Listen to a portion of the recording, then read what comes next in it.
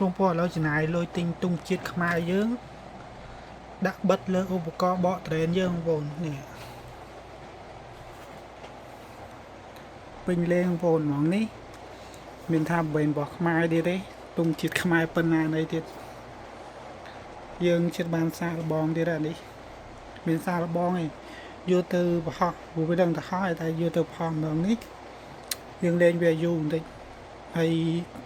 យើងលេងវាខ្លាំងតិចថាវាអាចលើកគីឡូបានប្រហែលគីឡូអញ្ចឹងណាយើងតេស្តគ្រប់សពហ្មងហើយយើងប្រហែលជាអត់ដាក់ជើងទៀតទេហើយយើងពាក់កាមេរ៉ាលើនេះមួយទៀត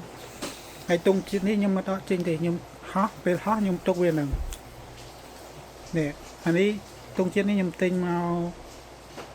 មកទៅបានបងប្អូនចិត្តមួយខែអញ្ចឹងហើយបាក់រកថ្លៃទង់ជាតិណាបងប្អូនព្រោះថានេះទង់ជាតិនេះវាដាក់លើរបស់ឧបករណ៍បកត្រេនអញ្ចឹងវាល្បី